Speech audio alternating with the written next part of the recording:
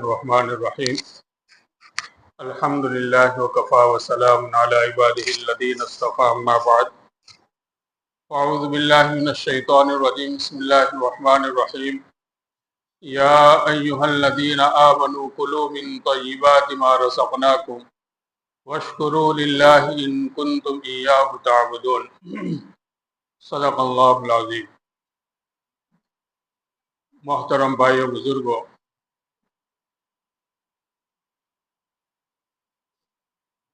کل جو باتیں ہوئی تھی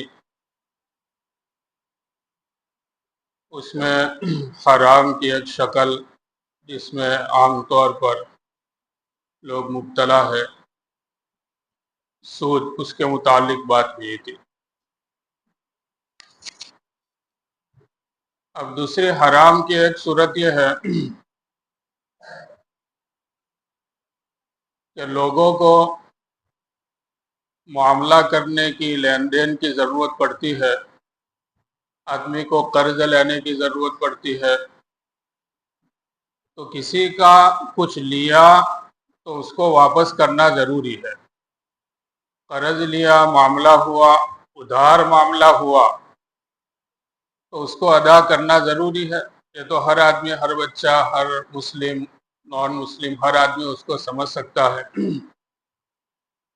لیکن اسلام میں کسی کا حق دبانا یہ بڑا خطرناک گناہ ہے۔ دنیا کے اعتبار سے بھی اس کے نقصان ہے اور آخرت کے اعتبار سے بھی۔ ضرورت پڑتی ہے آدمی کو قرض لینے کی، ضرورت کے موقع پر آدمی قرض لے سکتا ہے، بلکہ قرض دینے کی فضیلت بیان کی گئی ہے۔ من ذا الذی یقرض اللہ قرضا حسنا فیضاعفہ لہ اضعافا کثیرا، کہ جو بندے محتاج ہے، جو لوگ ضرورت کی وجہ سے قرض مانگتے ہیں، کسی کے گھر میں بچی کی شادی آ گئی، اس کے پاس پیسے نہیں ہے، اس کو قرض لینے کی ضرورت پڑتی ہے۔ کوئی غریب آدمی ہے، مکان بنا رہا ہے، اس کو قرض کی ضرورت پڑتی ہے۔ کسی کے گھر میں بیماری آ گئی، علاج کے لیے قرض لینے کی ضرورت پڑتی ہے، تو آدمی قرض لے سکتا ہے۔ تو جو قرض ان کو دیں گے غریبوں کو، گویا کہ وہ اللہ کو قرض دے رہے ہیں۔ ضرورت مندوں کو قرض دینا، وہ اللہ کو قرض دے رہے ہیں۔ اللہ تعالیٰ فرماتے ہیں کہ وہ مجھے قرض دے رہے ہیں۔ جب مجھے قرض دے رہے ہیں تو اللہ تعالیٰ اس کو کئی گنا بڑھا چڑھا کر دیں گے۔ دنیا میں بھی اس کو فائدہ پہنچے گا، اس کا مال بڑھائیں گے اللہ پاک، جو دیا ہے وہ تو واپس ملے گا اور اس کا فائدہ ہوگا، اور آخرت کے اعتبار سے بھی اللہ پاک بہت زیادہ ثواب دیں گے۔ تو ایک طرف یہ اللہ تعالیٰ نے فرمایا کہ قرض دینا چاہیے اطمینان کی جگہ میں، اور جن لوگوں نے قرض لیا ہے ان کو چاہیے کہ بھئی جو لیا ہے اس کو واپس کرنا ہے، وہ واپس کرنا ضروری ہے۔ اگر کسی کا قرض آدمی کے ذمے ہے اور قرض واپس نہیں کیا تو احادیث میں بڑی سخت وعید آئی ہے۔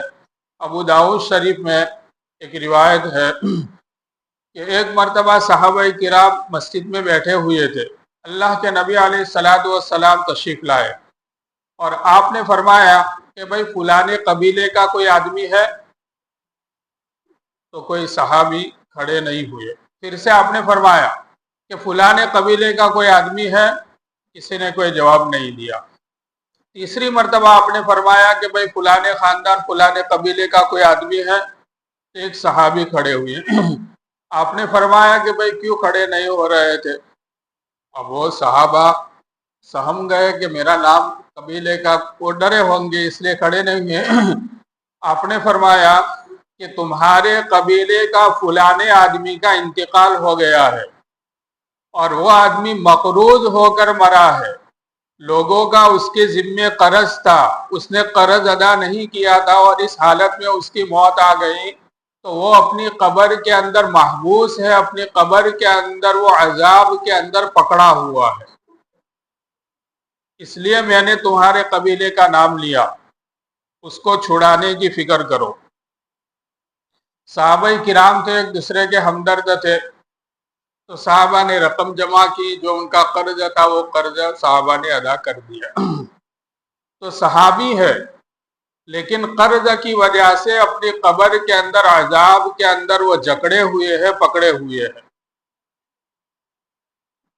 ایک دوسرے موقع پر ایک جنازہ آپ کے سامنے لایا گیا تو اللہ کے نبی علیہ الصلوۃ والسلام نے پوچھا کہ بھئی ان کے ذمے کوئی قرض ہے؟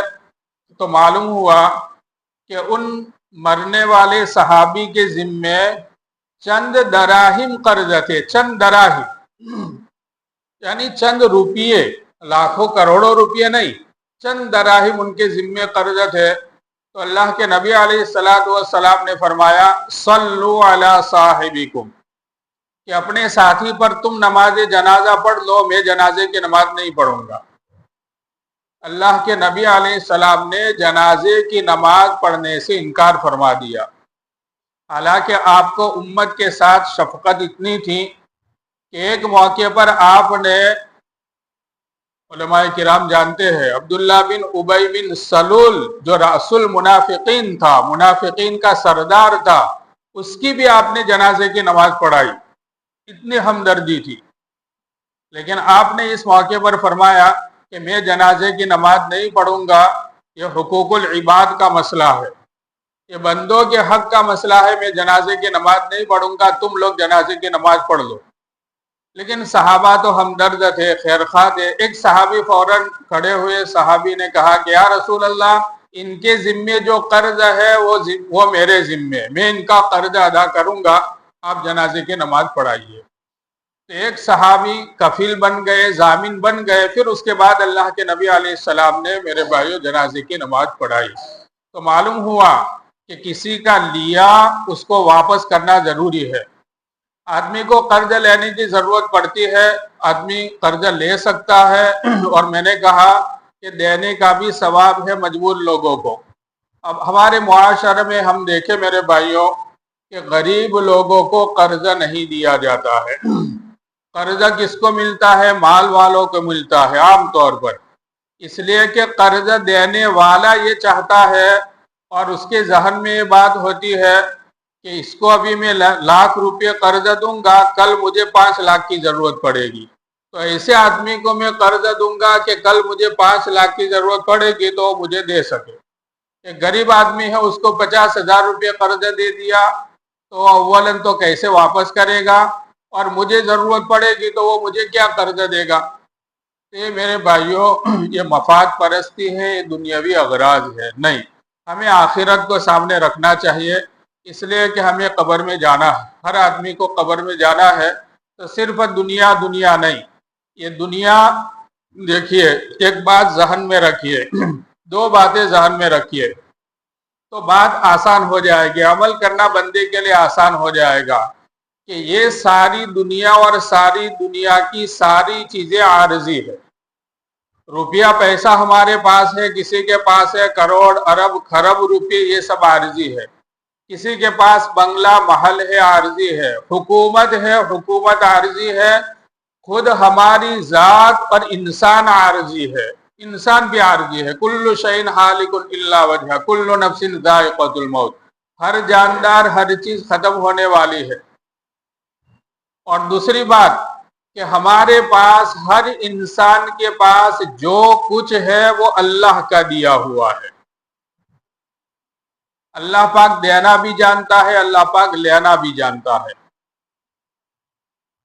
تو سب عارضی ہے، سب کچھ انسان کو چھوڑ کر جانا ہے۔ تو آدمی کی نیت درست ہونی چاہیے، اس کے خیالات درست ہونے چاہیے، تو ایسے مواقع میں آدمی کو خرچہ کرنا چاہیے۔ اور لینے والے کو یہ چاہیے کہ وہ ادا کرنے کی کوشش کرے۔ حدیث شریف میں ہے کہ کسی نے قرض لیا، بخاری شریف کی روایت ہے، اور اس نیت کے ساتھ قرض لیا کہ مجھے ادا کرنا ہے، میں ادا کروں گا، وعدے کے مطابق ادا کروں گا، یا اگر اس کو مہلت دی ہے تو جب آئے گا اس وقت میں ادا کروں گا، تو اللہ پاک اس کے لیے قرض کی ادائیگی کا انتظام فرماتے ہیں۔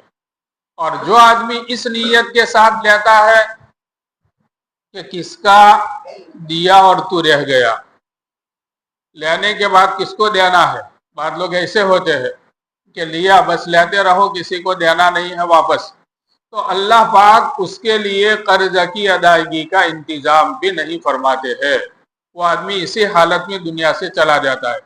آج لوگ مقروض ہو جاتے ہیں، کوئی مالدار بننے کے لیے ایک آفس کھول کر بیٹھ گئے، یہ سب ہوتا رہتا ہے، چیٹنگ ہوتی رہتی ہے، لوگوں کو ٹوپیاں پہنائی جا رہی ہیں، اور لاکھوں کروڑوں روپے جمع کر کے لوگوں کا مال لے کر پھر آدمی فرار ہو جاتا ہے، اور ایسی جگہ پر ایسے ملک میں چلا جاتا ہے کہ وہ یوں سمجھتا ہے کہ وہ ملک جس ملک میں جا رہا ہوں وہاں پر اللہ کی سلطنت نہیں ہے، وہاں کوئی فرشتہ آنے والا نہیں ہے، وہاں موت کے فرشتے کے لیے نو انٹری ہے، وہاں نو انٹری ہے، ایئرپورٹ پر لکھا ہوا ہے کہ موت کا فرشتہ یہاں نہیں آ سکتا، ممنوع الدخول لملک الموت، نو انٹری۔ ایسی جگہ پر وہ آدمی چلا جاتا ہے۔ میرے بھائیو، اللہ پاک فرماتے ہیں سورہ رحمان میں، یا معشر الجن والانس ان استطعتم ان تنفذوا من اقطار السماوات والارض فانفذوا لا تنفذون الا بسلطان۔ اے انسان اور جنات، تو کہاں جائے گا؟ زمین کو چھوڑ کر کہاں جائے گا؟ زمین سے باہر جائے گا؟ کہاں جائے گا؟ پانی میں جائے گا؟ پانی سے باہر کہاں جائے گا؟ آسمان میں چلا جائے گا؟ آسمان سے باہر کہاں جائے گا؟ تو جائے گا کہاں؟ جہاں جائے گا اللہ کی سلطنت، اللہ کی حکومت ہے، اللہ کی پکڑ ہے، اللہ کی قدرت ہے، اللہ تو ہر جگہ پر ہے، تو کہاں جائے گا؟ ایک ملک چھوڑ دیا دوسرے ملک میں چلا گیا تو وہاں کوئی اللہ کی پکڑ نہیں ہوگی۔ میرے بھائیو، اس حالت کے اندر اگر آدمی مر گیا تو کیا ہوگا؟ یہ اولاد یہ قرض ادا کرے گی؟ یہ اولاد قرض ادا کرے گی؟ کوئی ادا نہیں کرے گا۔ اس لیے آدمی کو بغیر ضرورت کے مقروض نہیں ہونا چاہیے، اور ضرورت کے موقع پر اگر آدمی نے قرض لیا تو اس نیت کے ساتھ آدمی قرض لے کہ مجھے ادا کرنا ہے، اور ادا کرنے کی فکر کرنی چاہیے۔ اور دینے والا اگر لینے والا غریب آدمی ہے اور دینے والا صاحب وسعت ہے تو اس کو چاہیے کہ درگزر کر دے، معاف کر دے۔ وَأَن تَصَدَّقُوا خَيْرٌ لَكُمْ إِن كُنتُمْ تَعْلَمُونَ۔ اللہ پاک فرماتے ہیں کہ اگر غریب آدمی ہے اس کو 5-25 دیے ہیں اور تم اگر معاف کر دو گے تو یہ تمہارے لیے بہت بہتر ہے، آخرت کے اعتبار سے، دنیا کے اعتبار سے۔ دنیا میں بھی اللہ پاک بدلہ دیں گے، آخرت میں بھی اللہ پاک بدلہ دیں گے۔ تو جس کا لیا ہے اس کو واپس کرنا ہے، نہ دینا یہ بڑی خرابی کی بات ہے اور آدمی کے لیے نقصان دہ ہے۔ ایک دوسری حرام کی صورت خیانت کرنا۔ عام طور پر ہماری برادری کا اور دوسری برادری میں بھی مشترکہ کاروبار ہوتا ہے۔ تو مشترکہ کاروبار میں حدیث شریف میں ہے، ابو داؤد شریف کی روایت ہے، اللہ کے نبی علیہ السلام فرماتے ہیں کہ اللہ تعالیٰ فرماتے ہیں حدیث قدسی، انا ثالث الشریکین ما لم یخن احدہما صاحبہ فاذا خانہ خرجت من بینہما۔ اللہ تعالیٰ فرماتے ہیں کہ جب پارٹنر لوگ، دو پارٹنر، چند پارٹنر مل کر کوئی دھندا کاروبار کرتے ہیں تو اللہ تعالیٰ فرماتے ہیں کہ میں بھی اس میں ایک پارٹنر بن جاتا ہوں، میں بھی شریک بن جاتا ہوں۔ کیا مطلب؟ پارٹنرشپ کا دھندا کرنا یہ برکت والا دھندا ہے، یہ برکت والا دھندا ہے۔ کس کی برکت سے روزی ملتی ہے؟ حدیث شریف میں ہے کہ تم کو روزی دی جاتی ہے تم میں سے کمزور کی وجہ سے۔ اب کسی کا ایک پیسہ ہے، کسی کے 2 پیسے، اب کوئی غریب آدمی ہے، کوئی بیوہ ہے، کوئی یتیم بچے ہیں، اور کوئی ایسے ملازم لوگ ہیں، اب چند پیسے وہ جمع کر کے کچھ رقم وہ دیتے ہیں، تو اب یہ انہوں نے اپنی آنتڑی کاٹ کر رقم جمع کی ہے اور ایک پیسے کا بھاگ انہوں نے رکھا، تو ظاہر بات ہے کہ حلال کا مال ہے ان کا، تو اس کی وجہ سے پورے کاروبار میں برکت آئے گی۔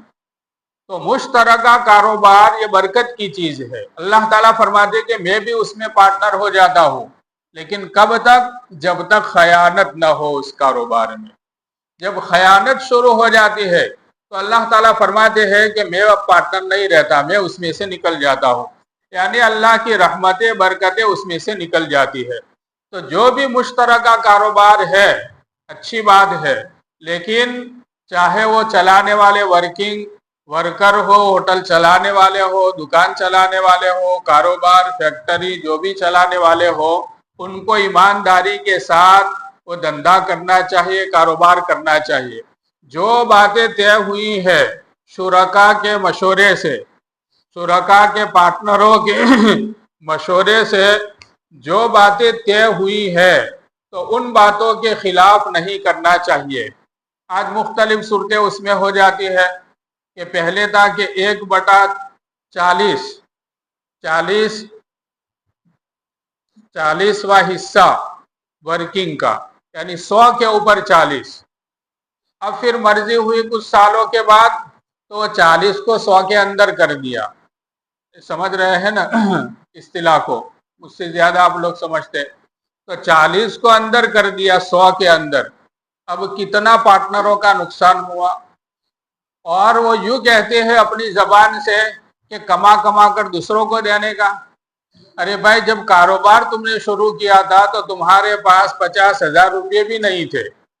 انہی پارٹنروں کی برکت سے اتنی بڑی پیڑھی تم نے کھڑی کی، اتنی بڑی فیکٹری تم نے بنائی، انہی ایک دو پیسوں کی وجہ سے تم اتنے بڑے کاروبار کے مالک اور ورکر بنے، اور اب کاروبار چلنے لگا تو اب ناقدری ہو رہی ہے 1-2 پیسوں والوں کی۔ تو یہ ہے خیانت۔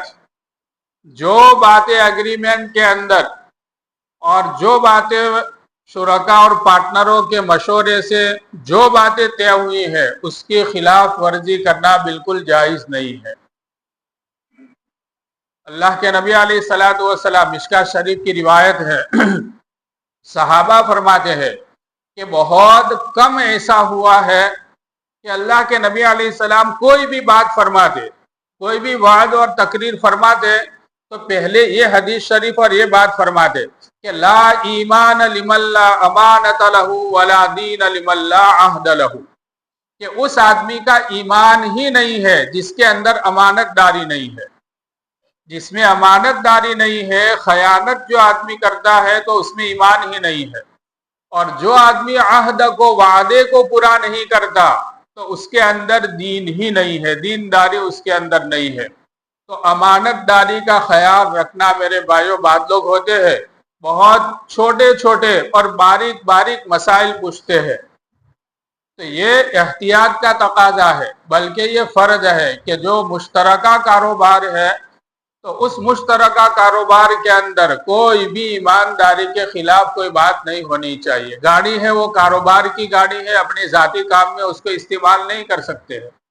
ایک آدمی پوچھنے لگے مجھ سے کہ مولانا یہ گاڑی ہے اور یہ ہوٹل کی گاڑی ہے، اب کبھی ہمیں اپنی ضرورت کے لیے بھی اس کو استعمال کرنے کی ضرورت پڑتی ہے تو اس میں گیس پورا دے تو چلے گا، پیٹرول پورا دے تو چلے گا؟ نہیں چلے گا۔ اس کا جو واجبی کرایہ ہوتا ہے کہ یہاں سے لے کر یہاں تک آپ بھاڑے کی گاڑی کریں، کرایے کی گاڑی، تو اس کا جتنا کرایہ ہو، اس لیے کہ اس میں صرف گیس نہیں جلتا ہے، پیٹرول نہیں جلتا ہے۔ اب یہ پوری گاڑی ہے تو پوری گاڑی اتنی چلی تو اس کے سارے اعضاء اس میں استعمال ہوئے تو اس کا پورا کرایہ آپ کو دینا پڑے گا۔ تو اپنی مرضی سے کوئی بھی چیز استعمال کرنا یہ ایمانداری کے خلاف ہے۔ بعض لوگ بہت احتیاط سے چلتے ہیں، آج بھی ہے ماشاءاللہ۔ ایک مولانا، یہی کاکوسی کی بات کر رہا ہوں، وہ آئے پوچھنے کے لیے، میں بھی تھا، ہمارے بھائی بھی تھے مفتی صاحب، اور باریک باریک مسائل پوچھنے لگے، اور وہ کہنے لگے کہ میں مسائل آپ سے اس لیے نہیں پوچھتا ہوں کہ مجھے زیادہ لینا ہے، اس لیے پوچھ رہا ہوں تاکہ مجھے ادا کرنا ہے، پارٹنروں کا کوئی حق میرے ذمے باقی نہ رہے، اس لیے کہ میں قبر میں چلا جاؤں گا اور اولاد کھائے گی اور بھگتنا مجھے پڑے گا، مجھے بھگتنا پڑے گا۔ اور ایک حدیث شریف سنیے، حضرت علامہ مفتی تقی صاحب عثمانی دامت برکاتہم نے ایک حدیث شریف بیان فرمائی ہے جو کتابوں میں درج ہے کہ جو انسان دوسرے کے لیے دوسرے کی دنیا کے لیے اپنی آخرت کو برباد کرتا ہے، جو انسان دوسرے کی دنیا کے لیے اپنی آخرت کو برباد کرتا ہے تو اللہ پاک ان دوسروں کو زندگی ہی میں اس کے اوپر مسلط کر دیتے ہیں۔ دیکھ لیجیے، آپ نظر دوڑائیے کہ جو ماں باپ یا جو بھی ولی، جو بھی باپ حرام طریقے سے، ناجائز طریقے سے چھوکروں ماٹے کرو، اولاد کے لیے کرنا ہے لیکن جائز طریقے سے کرنا ہے، ناجائز طریقے سے جو مال کما کر اولاد کے لیے جمع کرتے ہیں تو وہی اولاد سروں پر جوتے مارتے ہیں بڑھاپے کے اندر، وہ خدمت نہیں کرتے ہیں ماں باپ کی۔ وہی اولاد سر کے اوپر بیٹھتی ہے، سر پر چڑھتی ہے اور وہ خدمت نہیں کرتی ہے۔ اللہ پاک ان کو مسلط کرتے، ان کے دلوں کو پھیر دیتے، ان کے دلوں میں سے محبت کو نکال دیتے۔ اللہ کا نظام ہے۔ اور اگر حلال طریقے سے اولاد کو فقیر بھی نہیں چھوڑنا ہے، حدیث شریف میں اللہ کے نبی علیہ السلام نے فرمایا، ہر چیز کی تعلیم اللہ کے نبی علیہ السلام نے میرے بھائیوں ہم کو دی ہے، بس ہمیں عمل کرنا ہے اس کے اوپر۔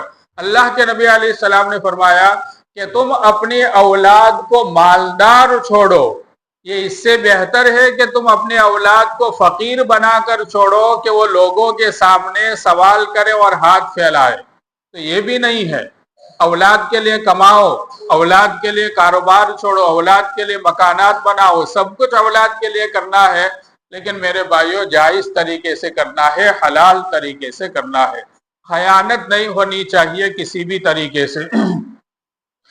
تیسری چیز ہے وَيْلٌ لِّلْمُطَفِّفِينَ الَّذِينَ إِذَا اكْتَالُوا عَلَى النَّاسِ يَسْتَوْفُونَ وَإِذَا كَالُوهُمْ أَو وَّزَنُوهُمْ يُخْسِرُونَ۔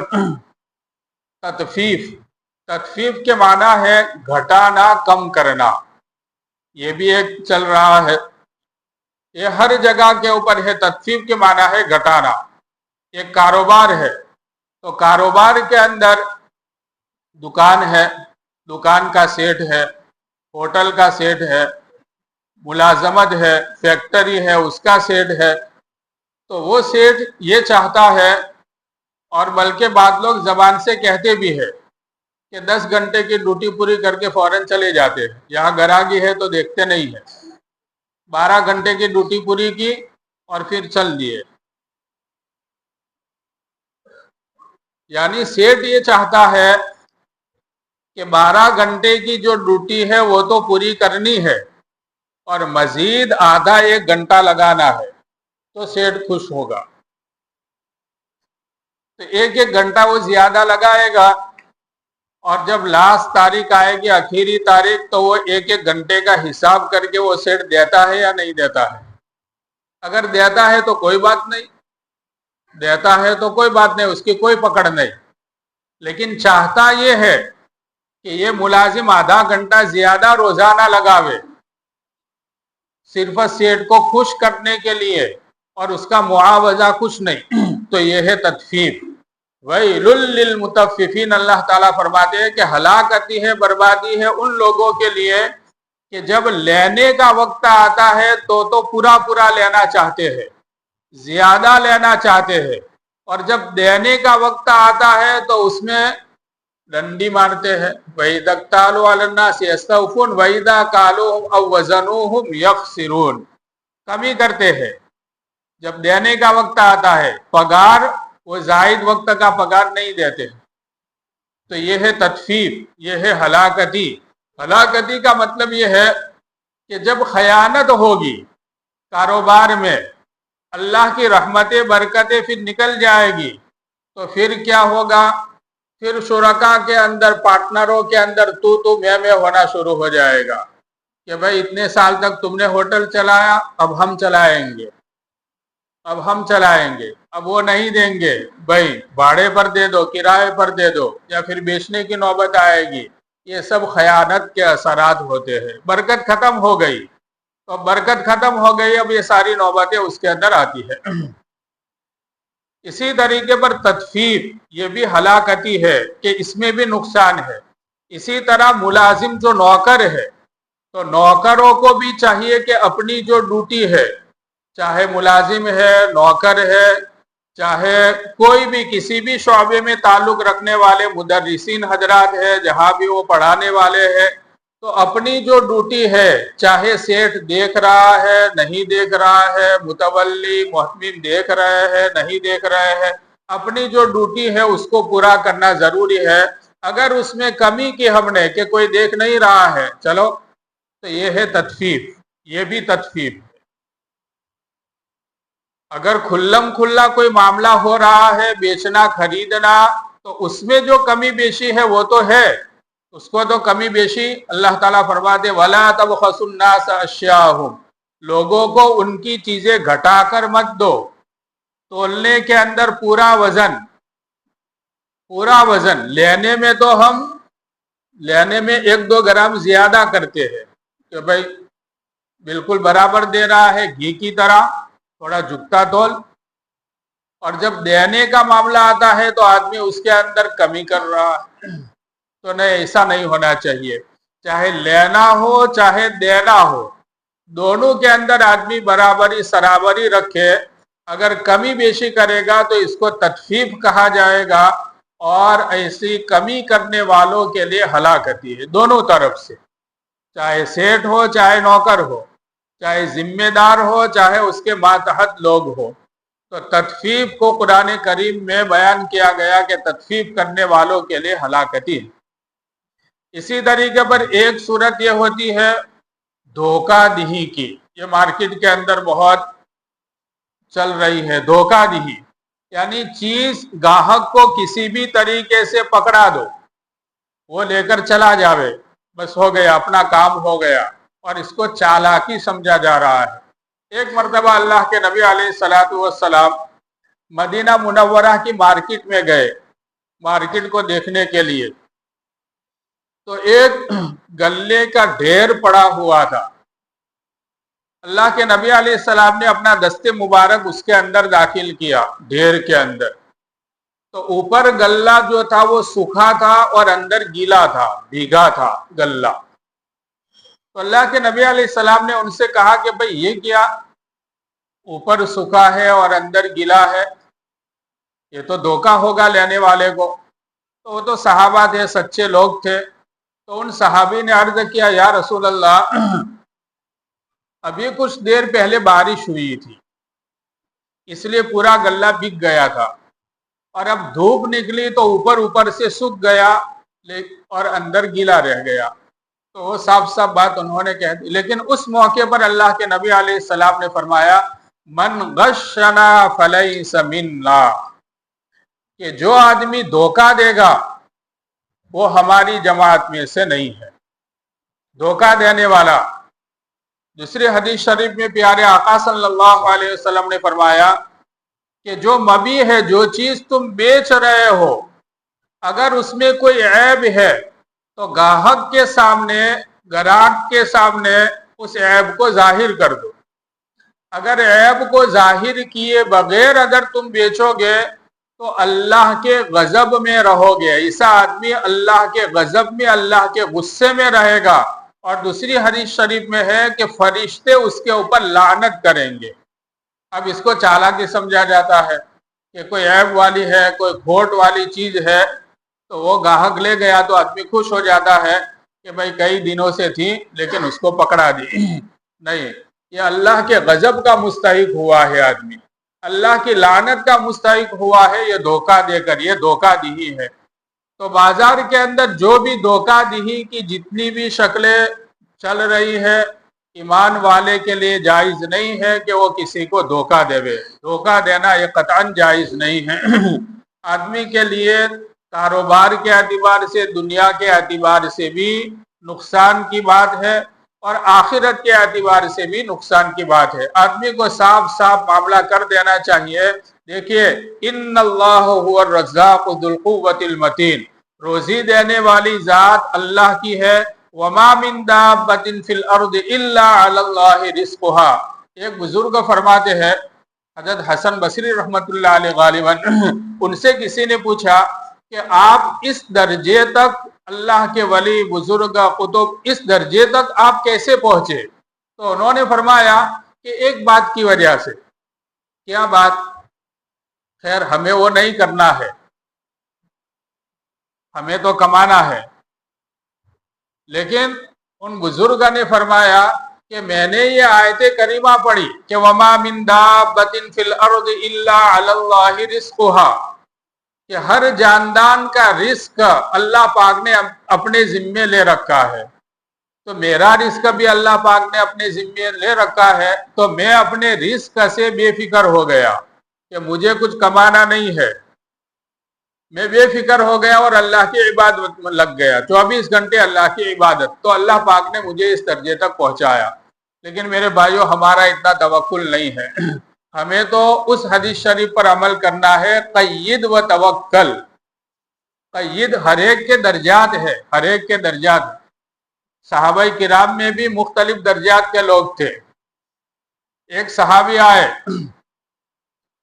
اور انہوں نے کہا یا رسول اللہ میں اپنا پورا مال اللہ کے راستے میں صدقہ کرنا چاہتا ہوں۔ اللہ کے نبی علیہ السلام نے فرمایا کہ نہیں کرنا ہے، نہیں کرنا ہے، آدھا نہیں، آدھا بھی نہیں کرنا ہے،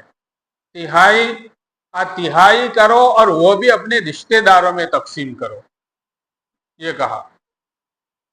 اور حضرت بلال حبشی رضی اللہ تعالیٰ عنہ سے اللہ کے نبی علیہ السلام نے فرمایا کہ بلال خرچ کرو اور عرش والے سے فقر کا خوف مت کرو، جو ہے اپنے پاس سب خرچ کر دو، اور عرش والے سے فقر کا خوف مت کرو۔ تو میرے بھائیوں ہمیں تو قید و توکل یعنی اسباب بھی اختیار کرنے ہیں، لیکن نظر اللہ کے اوپر رکھنی ہے۔ دکان ہم نے کھولی ہے، ہوٹل ہم نے بنایا ہے، کاروبار ہم نے شروع کیا ہے، لیکن نظر تو اللہ کے اوپر، ان اللہ هو الرزاق ذو القوۃ المتین، کہ اللہ تعالیٰ ہی روزی دینے والے ہیں۔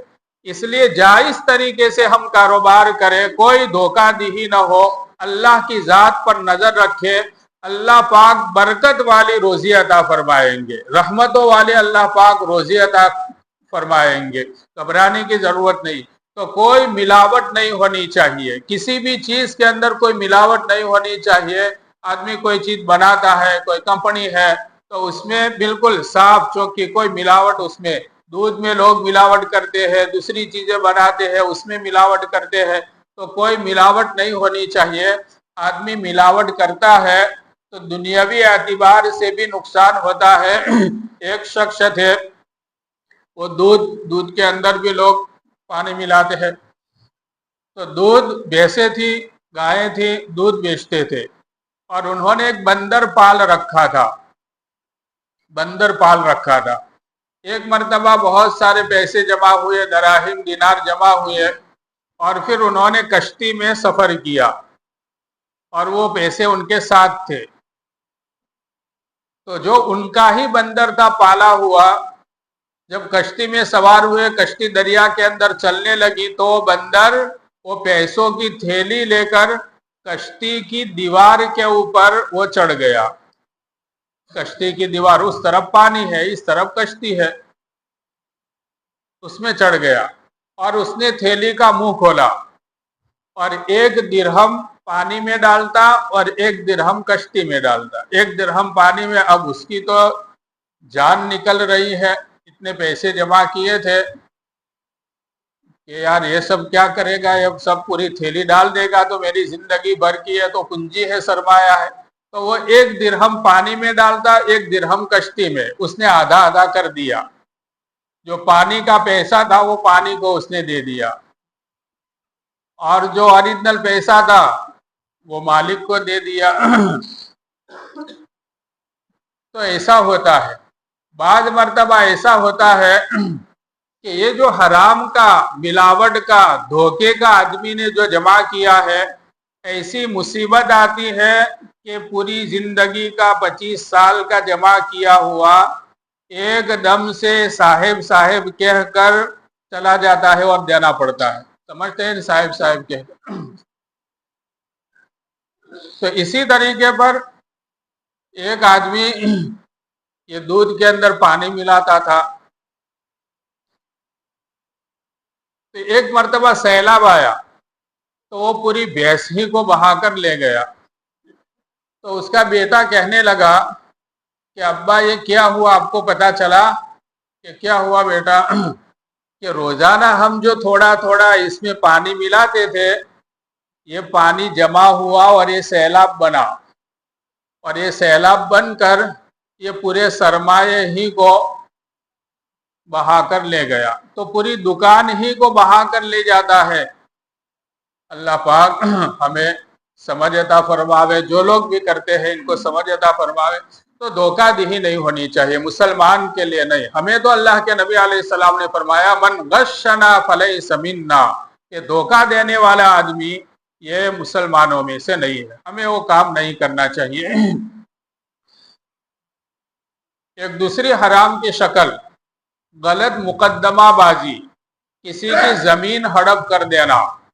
آج لوگوں کو زمین کی بھوک لگی ہوئی ہے، زمین زمین زمین زمین کی بھوک لگی، خیر اچھی بات ہے، اپنی زمین ہے، زمین آدمی خریدے، لیکن دوسرے کی زمین کے اوپر قبضہ نہیں کرنا ہے۔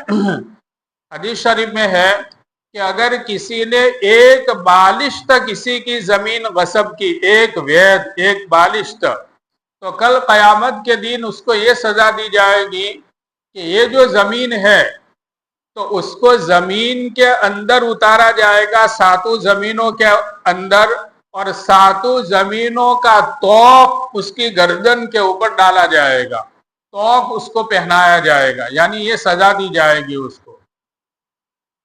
قارون کو اللہ پاک نے زمین کے اندر اتارا ہے، قارون کو، اور وہ قیامت تک اس میں دھستا رہے گا۔ قارون زمین کے اندر اللہ پاک نے ابھی سے اس کو عذاب دیا ہے، قیامت کے بعد تو اس کو کیا عذاب ہوگا وہ اللہ تعالیٰ بہتر جانتے ہیں۔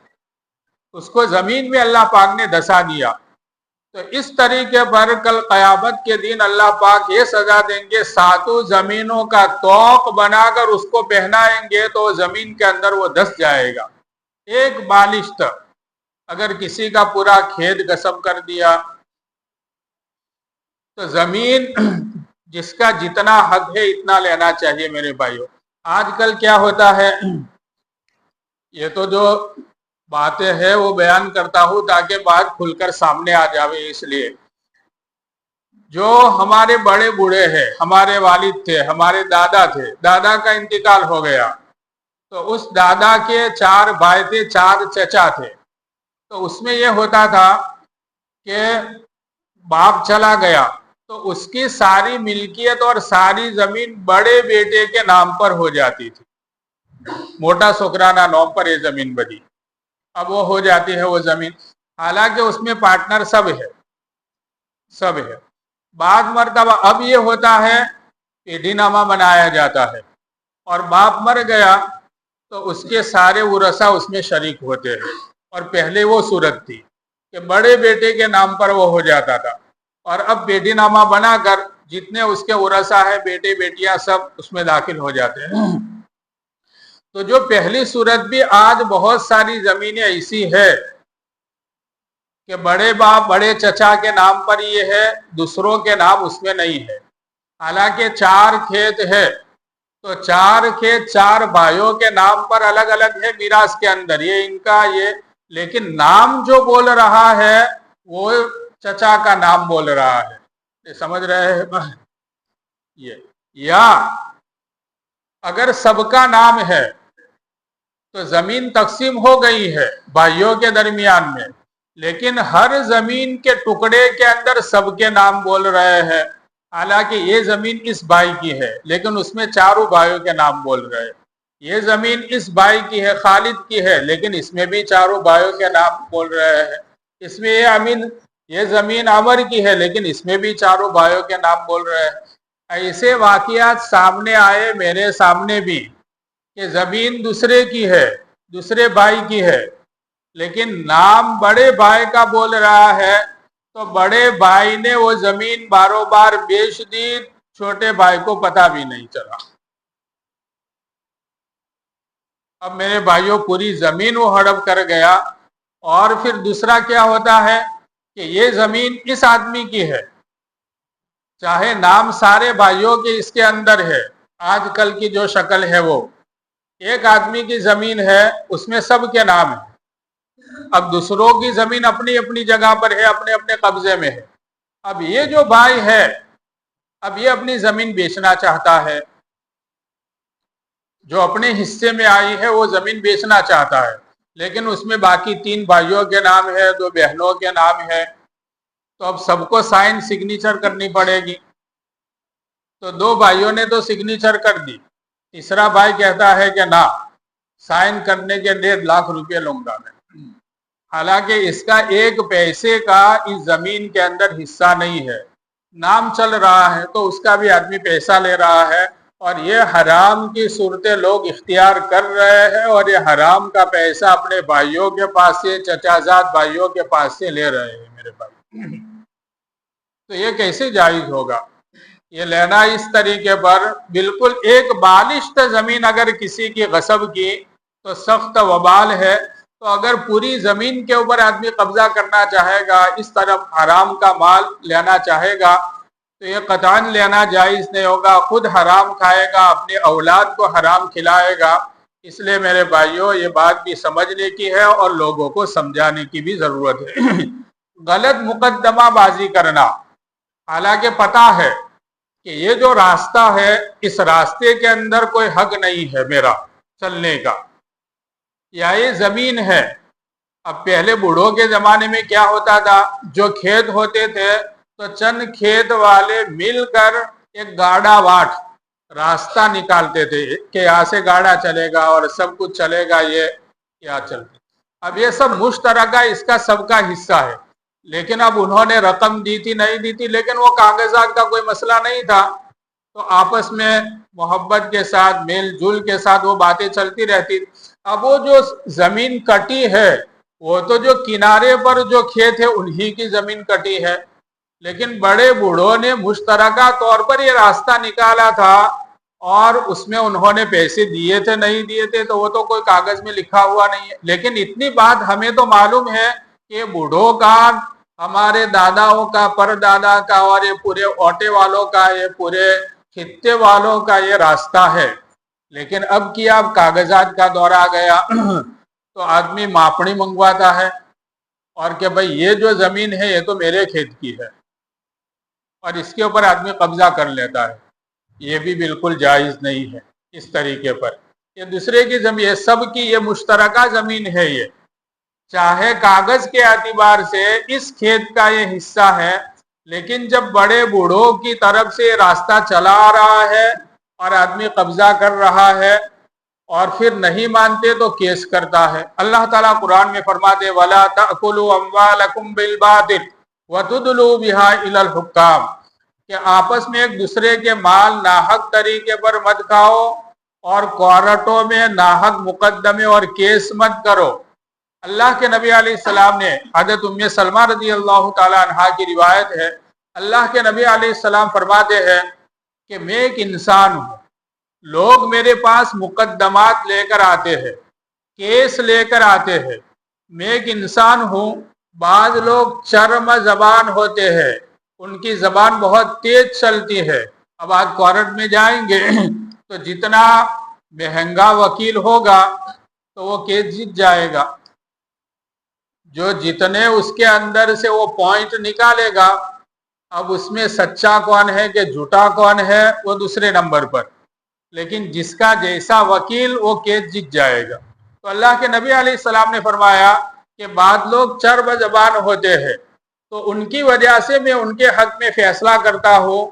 لیکن یہ مت سمجھنا اگر اس کا حق نہیں ہے اور میں نے اگر اس کے حق میں فیصلہ کیا ظاہری اعتبار سے، شرعی قانون یہ ہے کہ بھائی گواہ پیش کرو، حالانکہ اس کا حق ہے، اس آدمی کا حق ہے، لیکن شریعت کا قانون یہ ہے کہ بھائی گواہ پیش کرو. وہ کہتا ہے کہ میرے پاس گواہ نہیں، تو پھر شریعت کا قانون یہ ہے کہ مدعا علیہ سے قسم کھلائی جائے گی کہ بھائی قسم کھاؤ. اس نے فٹ لے کے قسم کھا لی، حالانکہ اس کا حق نہیں ہے.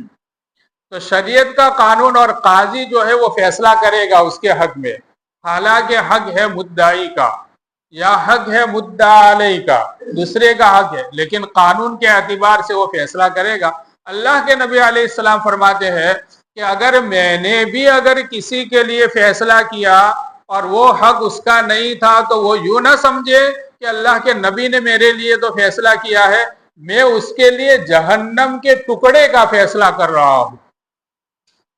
اللہ کے نبی علیہ السلام فرماتے تو کورٹ نے فیصلہ کر دیا تو جائز ہو گیا میرے بھائیوں، جج نے فیصلہ کر دیا حالانکہ اس کا حق نہیں ہے، اب وہ سب کو دکھاتا پھرتا ہے، دیکھو یہ دستاویز دیکھو، یہ کاغذ دیکھو، کورٹ کا فیصلہ ہے، ہائی کورٹ کا فیصلہ ہے، سپریم کورٹ، ارے اس سے بھی اوپر کی کورٹ کا فیصلہ ہوگا تو بھی اس کا کوئی اعتبار نہیں ہوگا۔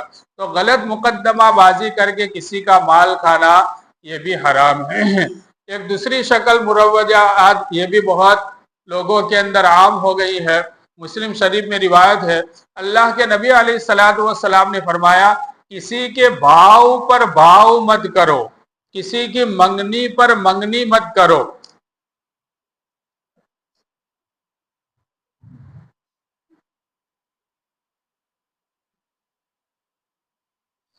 ایک آدمی ایک دکان خرید رہا ہے، سودا کر رہا ہے اور بات چل رہی ہے پارٹی کے ساتھ۔ ایک ہوٹل، ایک زمین آدمی خرید رہا ہے اور ایک لینے والی پارٹی اور جس کے پاس اس کو، تو شریعت کا حکم یہ ہے کہ بھئی یہ خریدنے والی پارٹی ہے، یہ بیچنے والی پارٹی ہے، ان کو سودا کرنے دو، ان کو سودا کرنے دو، بیچ میں تم اپنا سودا مت داخل کرو، بھاؤ پر بھاؤ مت کرو۔ ہاں اگر ان کا سودا کینسل ہو جاوے تو پھر اس کے بعد تم سودا کر سکتے ہو۔ اب دیکھیں کیا ہوتا ہے ہمارے معاشرے کے اندر۔ ایک آدمی کو اطلاع ملی باڑ مڑی کہ فلونے ہوٹل વેચવાની છે یا ચલાવવા માટે ફલાણી દુકાન ચલાવવા માટે મળી રહી છે, પેલે ઝૂંપડું મળી રહ્યું છે, હોટલ મળી રહી છે۔ اب ایک پارٹی وہاں پر پہنچی، اب وہ بات کر رہی ہے کہ بھئی کیا ڈپوزٹ رہے گا، بھئی 50,000 لاکھ روپے ڈپوزٹ رہے گا اور اتنا کرایہ رہے گا، ٹھیک ہے۔ اب ان کے چلو بھئی ٹھیک ہے کل جواب دیں گے۔ آج شام کو ان کی میٹنگ ہوئی 5 بجے اور کہ بھئی ہم سوچیں گے اور کل جواب دیں گے۔ اب دوسروں کو پتا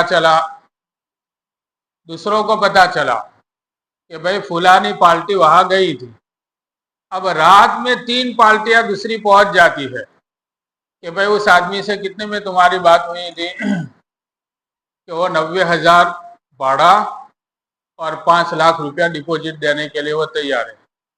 ارے بھائی ہم 1.5 لاکھ روپیہ دیں گے کرایہ اور 10 لاکھ روپے ڈپوزٹ دیں گے۔ تو یہ دوسرے کے بھاؤ پر بھاؤ کرنا ہوا۔ اب وہ صبح میں وہ آدمی فون کرتا ہے جو پہلی پارٹی ہے اس سے، اور جس سے بات چل رہی تھی، اب وہ آدمی کہتا ہے کہ ہاں بھائیوں سے مشورہ کیا لیکن ایک بھائی مانتا نہیں ہے، وہ اس کو نہ کہہ دے گا اور دوسری پارٹی کو دے دے گا، کرایہ زیادہ مل رہا ہے۔ یہ ہے دوسرے کے بھاؤ پر بھاؤ کرنا۔ اللہ کے نبی علیہ السلام نے اس سے منع فرمایا۔ کسی کی منگنی کی بات چل رہی ہے لڑکے کی لڑکی کی، تو اللہ کے نبی علیہ السلام فرما رہے ہیں شریعت کا حکم یہ ہے، اللہ کا حکم یہ ہے کہ بھئی ان کو بات چلنے دو، منگنی کی بات چل رہی ہے تو تم اپنے بچے کا پیغام مت بھیجو۔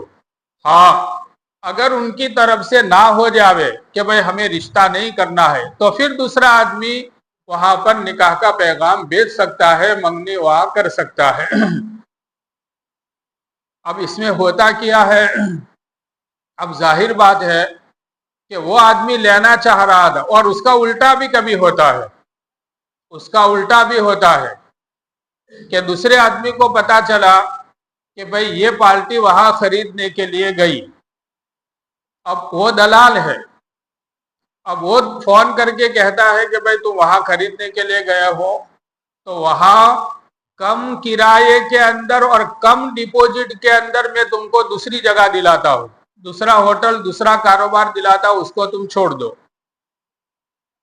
اب وہ چھوڑ دیتا ہے تو اس کا نقصان کیا؟ اب اس کا نقصان کیا ہوتا ہے کہ ایک ایمان والا ہے، ایک مسلمان ہے، وہ روزی کمانے کے لیے کاروبار تلاش کر رہا تھا، آدمی کسی کی قسمت میں سے تو نہیں چھین سکتا ہے، لیکن اس کے ہاتھ کا لقمہ اس نے چھین لیا۔ اب اس میں اس کا، اس کے بچوں کا، اس کے تعلق والوں کا پیٹ اس میں بھر رہا تھا اور بھرنے والا تھا، تو اس کے ہاتھ میں سے لقمہ چھین لیا، اب اس میں کہاں سے برکت ہوگی؟ اب عام طور پر میرے سامنے بھی ایسے واقعات ہے کہ آدمی اس طریقے پر بیچ میں پڑ کر اب وہ دکان لے لی، وہ ہوٹل لے لی، زیادہ پیسے، زیادہ کرائے کے اندر، زیادہ ڈپوزٹ کے اندر، اب وہ ہوٹل اور وہ کاروبار 7-8 مہینے چلتا ہے۔ اب وہ جو اس نے 25 لاکھ روپیہ اس میں خرچہ کیا، جو ڈپوزٹ دیا 10 لاکھ روپے، اور مہینے کے اعتبار سے جو کرایہ دیا، سب وہاں چھوڑ کر پھر آ جانا پڑتا ہے، اس لیے کہ برکت ہی نہیں ہے اس کاروبار کے اندر۔ تو اللہ کے نبی علیہ الصلوۃ والسلام نے فرمایا، کسی کے بھاؤ پر بھاؤ مت کرو، کسی کی منگنی پر منگنی مت کرو۔ اسی طریقے پر اللہ کے حدیث شریف میں ہے کہ کسی کے بھولا پن سے، کسی کی مجبوری سے فائدہ نہیں اٹھانا چاہیے، لابھ نہیں اٹھانا چاہیے۔ ایک آدمی مجبور ہے بیچارہ، اس کے گھر کے اندر کوئی بیماری آئی، اب پیسے نہیں ہے اس کے پاس، علاج کرانا ہے اپنے والد کا، ماں کا، کوئی رشتہ دار کا، اب پیسے نہیں ہے، اب مجبوری کے اندر مجبور ہو کر جو بازاری قیمت ہے، بازاری قیمت سے کم کے اندر وہ اپنا کھیت بیچنے کے لیے تیار ہو گیا، اپنی دکان بیچنے کے لیے تیار ہو گیا، گاڑی بیچنے کے لیے تیار ہو گیا، اور ایسی مجبوری آدمی کو آتی ہے کہ بھئی میرے پیسے چھٹے ہو جائے، مجھے علاج کرنا ہے، بچی کی شادی ہے، پیسے نہیں ہے تو اس کے لیے بیچنا پڑ رہا ہے۔ تو جو بازاری قیمت ہے اس سے کم میں بیچ رہا ہے، تو خریدنے والے کو چاہیے کہ اگر وہ زیادہ نہ دیوے تو کم از کم بازاری قیمت دیوے، اس کی مجبوری کا لابھ اور فائدہ نہ اٹھاوے۔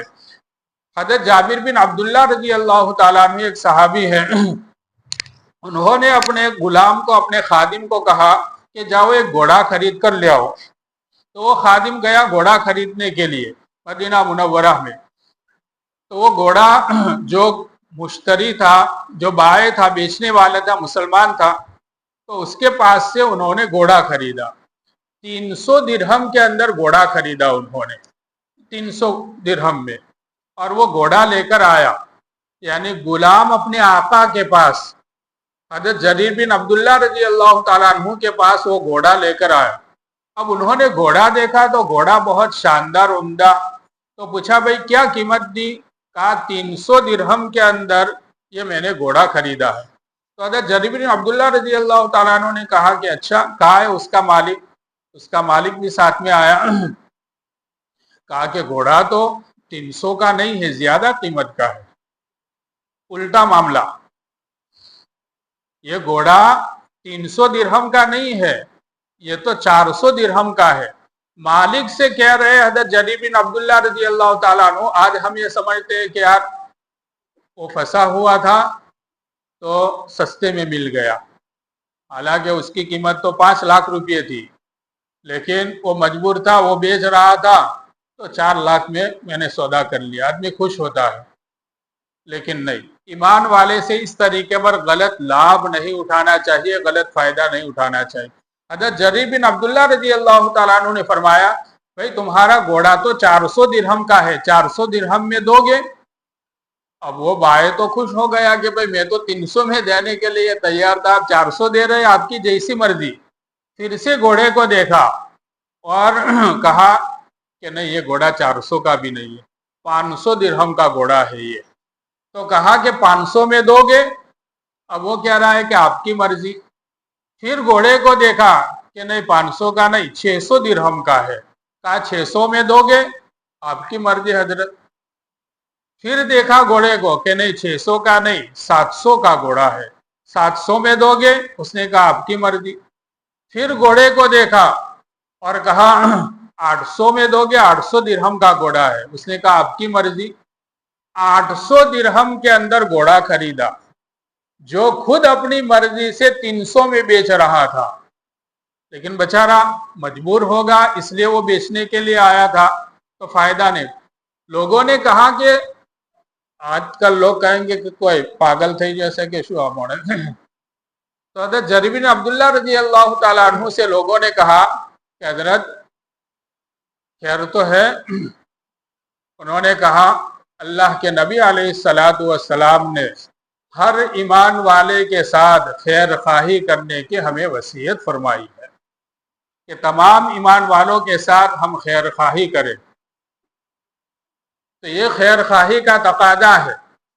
اگر اس کی مجبوری کا میں فائدہ اٹھاتا تو یہ خیر خواہی کے خلاف ہوتا.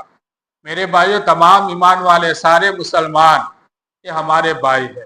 ہمیں کسی کی مجبوری کا فائدہ نہیں اٹھانا چاہیے. اب اس کے علاوہ اور بھی کچھ شکلیں ہیں لیکن اب وقت پورا ہو گیا. خیر، بہرحال خلاصہ یہ ہے کہ جتنی بھی حرام شکلیں ہیں آج بازاروں کے اندر بینکنگ کی صورتیں نکل آئی ہے. اسی طریقے پر مختلف شیئر نوجوان موبائل کے ذریعے سے کاروبار کے اندر پڑے ہوئے ہیں. یہ موبائل کے ذریعے سے یہ جو شیئر کی شکلیں ہیں، اب اس میں کتنی شکلیں جائز ہے ناجائز ہے، اس میں کتنے شرائط ہے. حضرت علامہ مفتی تقی صاحب دامت برکاتہم نے فقہ کی کتاب کے اندر بہت سارے شرائط لکھے ہیں. مفتیان کرام نے اس کے شرائط لکھے ہیں. اگر وہ سارے شرائط پائے جاتے ہیں تو ہم شیئر کے اندر پڑھ سکتے ہیں، موبائل کے ذریعے سے کاروبار کر سکتے ہیں. لیکن کسی کو کچھ پتہ نہیں ہوتا ہے شرط کا، اور بغیر کسی شرط کو جانے اور اتنے شرائط ہے کہ شاید ہی کسی کاروبار کے اندر وہ ساری شرطیں پائی جاتی ہے کہ جس کی وجہ سے وہ کاروبار جائز ہو جاوے. اس لیے میرے بھائیو، دع ما یریبک الی ما لا یریبک. اللہ کے نبی علیہ الصلوۃ والسلام فرماتے ہیں کہ جو شک والی چیز ہے، جو شک والا معاملہ ہے، اس کو چھوڑ دو اور ایسا معاملہ اختیار کرو جو کلیئر ہے، جس میں کوئی شک نہیں ہے. تو یہ شک شبہ والی، یہ ساری چیزیں شک شبہ والی ہے. قرآن کریم میں انما الخمر والمیسر والانصاب رجس من عمل الشیطان اس کو کہا گیا ہے. یہ سٹے کی صورتیں ہیں. یہ موبائل کے ذریعے سے جو کاروبار کرتے ہیں اور گیمز کھیلتے ہیں، یہ سب سٹے ہیں میرے بھائیوں. تو یہ جو جب شکلیں ہیں یہ اکثر و بیشتر یہ سب ناجائز شکلیں ہیں. تو اس سے بھی ہمیں بچنا چاہیے. کوئی بھی ایسی ناجائز شکل ہمیں اختیار نہیں کرنی چاہیے. اور کوئی نئی شکل آوے تو ہمیں مفتیان کرام سے معلوم کرنا چاہیے کہ بھئی یہ نئی شکل آئی ہے. اب یہ مختلف پان کے گلے اور یہ دکانیں اب یہ رکھتے ہیں تو اس میں ڈپوزٹ یہ اب اس میں کس طریقے پر شرکت کرتے ہیں، اب یہ بھی پوچھنا چاہیے. مفتیان کرام سے، علماء کرام سے پوچھنا چاہیے اور ہمیں کاروبار کرنا چاہیے.